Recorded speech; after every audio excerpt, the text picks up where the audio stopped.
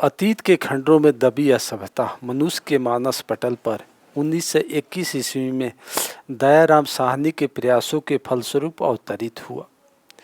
सिंधु सभ्यता की खुदाई में मिले हुए अवशेषों के आधार पर यह आकलन किया गया कि सिंधु सभ्यता निम्न विशेषताओं को ग्रहण की थी और उसी विशेषताओं को आज हम लोग इस वीडियो में पढ़ेंगे।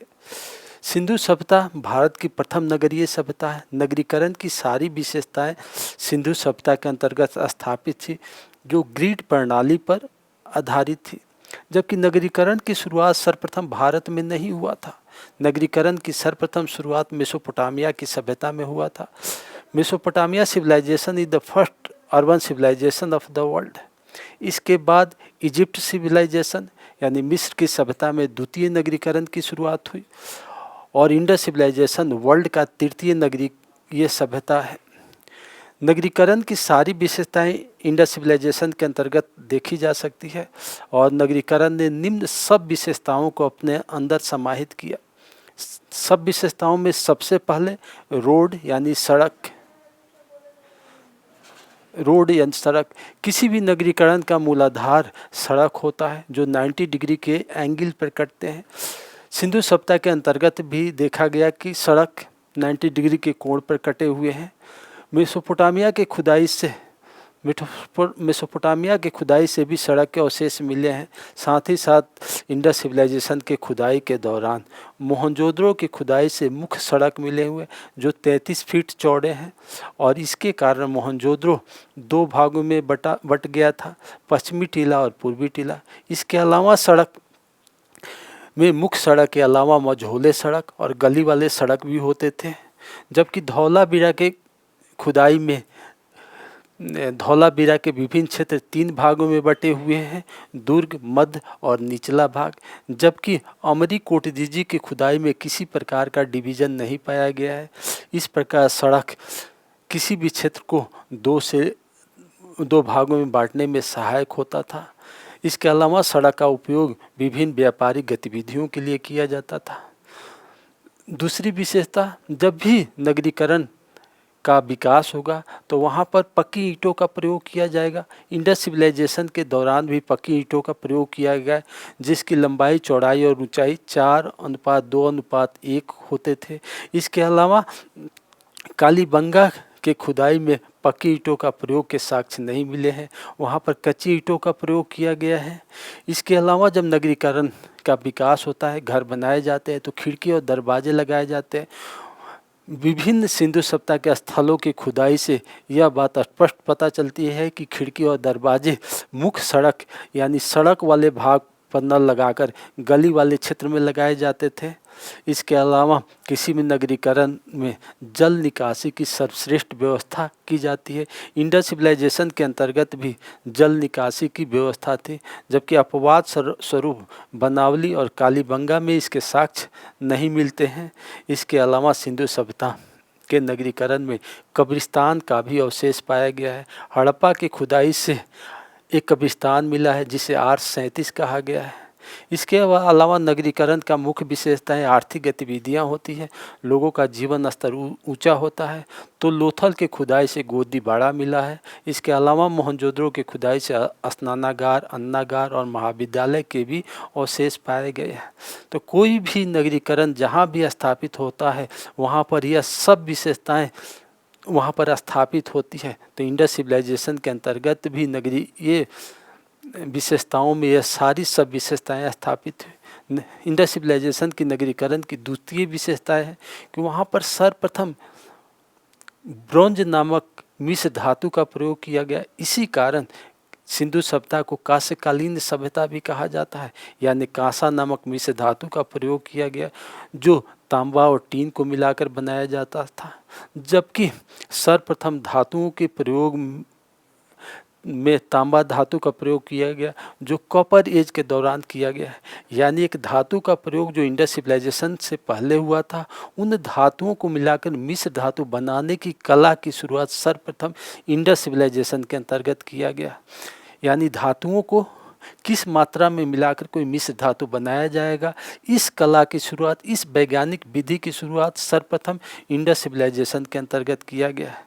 इसके अलावा सिंधु सभ्यता की तीसरी मुख्य विशेषता यह है कि सिंधु सभ्यता का धार्मिक जीवन लौकिक जीवन से संबंधित था कि रिलीजियस पॉलिसी को रियलिस्टिक अप्रोच में अपनाते थे और लौकिक जीवन की कल्पना वहाँ बहुत कम की गई है। जो भी धार्मिक विषय वस्तुएं मिले हैं वो लौकिक जीवन से संबंधित यानी जीवन को उल्लासमय बनाने के लिए उसका प्रयोग करते थे। इसके अलावा सिंधु सभ्यता की चौथी विशेषता यह कि सिंधु सभ्यता मातृ प्रधान सभ्यता है, यानी खुदाई में विभिन्न प्रकार की मातृ देवी की मूर्तियाँ मिली हुई है और इस आधार पर कहा जाता है कि सिंधु सभ्यता मातृ प्रधान सभ्यता है। यदि 21वीं सदी के भारत में भी देखा जाएगा तो बहुत सारे राज्यों में महिलाओं की स्थिति एक सम्मानजनक स्थिति है, जबकि संविधान के द्वारा भी इसका बड़े ही बेहतर तरीके से मेल फीमेल को अधिकार दिया गया और कुछ विशेषाधिकार और विभिन्न योजनाओं के द्वारा उनके उत्थान की कोशिश की जाती है। इसके अलावा सिंधु सभ्यता का आर्थिक जीवन काफ़ी उन्नत था।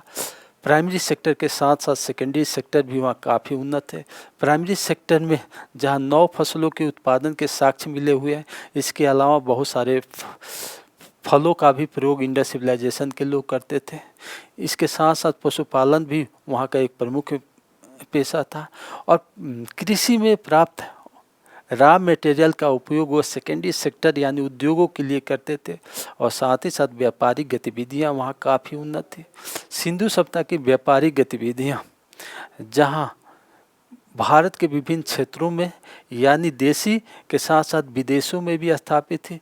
मेसोपोटामिया से एक लेख प्राप्त हुआ जिसमें कहा गया है कि उर नगर के व्यापारी मेलुआ के साथ व्यापार करते थे, जबकि उर इराक वर्तमान के इराक देश का एक शहर है और मेलुआ का तात्पर्य इंडस सिविलाइजेशन से किया गया है, यानी इंडस सिविलाइजेशन का व्यापारिक गतिविधियाँ काफ़ी उन्नत थी जो देश के साथ विदेशों में भी से आयात निर्यात करते थे।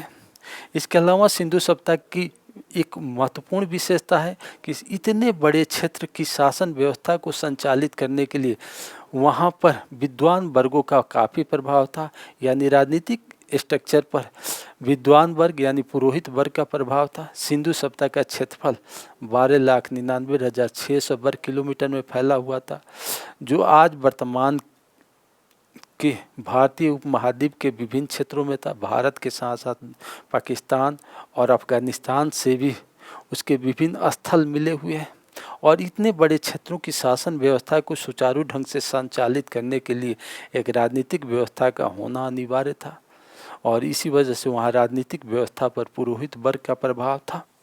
इसके अलावा एक और विशेषताएं सिंधु सभ्यता के अंतर्गत देखी जाती है कि सिंधु सभ्यता को लिपि का ज्ञान था। वहाँ का लिपि भाव चित्रात्मक था, जबकि सिंधु सभ्यता की लिपि को अभी तक पढ़ा नहीं जा सका है, जिसके कारण उसके लिपि यानी उसके विषय में ज़्यादा जानकारी के साक्ष्य खुदाई में प्राप्त हुए अवशेष ही हैं। इसके अलावा सबसे प्राचीनतम लिपि का ज्ञान मेसोपोटामिया सभ्यता के अंतर्गत था, जहाँ पर किलाक्षर लिपि का प्रयोग किया गया था और उस लिपि को पढ़ लेने के कारण मेसोपोटामिया के सभ्यता के विषय में जानना बहुत ही आसान हो गया है। जबकि 6 सेंचुरी BC में सर्वप्रथम ब्राह्मी लिपि का आविष्कार हुआ और उसी कारण 6 सेंचुरी BC में बहुत सारे वैदिक ग्रंथों का संकलन किया गया। इसके अलावा सिंधु सभ्यता एक शांतिमूलक सभ्यता थी। खुदाई में जो औजार भाले मिले हुए हैं, इससे स्पष्ट पता चलता है कि यहाँ युद्ध के अवशेष बहुत कम थे। उसका सुरक्षा के रूप में उपयोग किया जाता था और सिंधु सभ्यता में किसी प्रकार के युद्ध या अन्य द्वंद्व का साक्ष्य नहीं प्राप्त हुए हैं।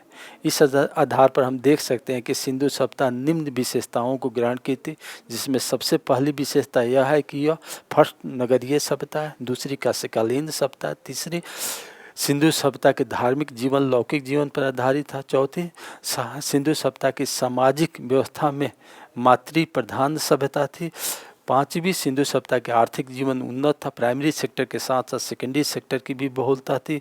इसके अलावा सिंधु सभ्यता के राजनीतिक जीवन पर विद्वान वर्ग यानी पुरोहित वर्ग का प्रभाव था।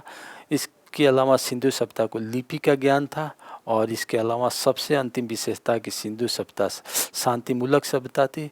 इसमें किसी प्रकार का कोई युद्ध का साक्ष्य प्राप्त नहीं होता है। ओके।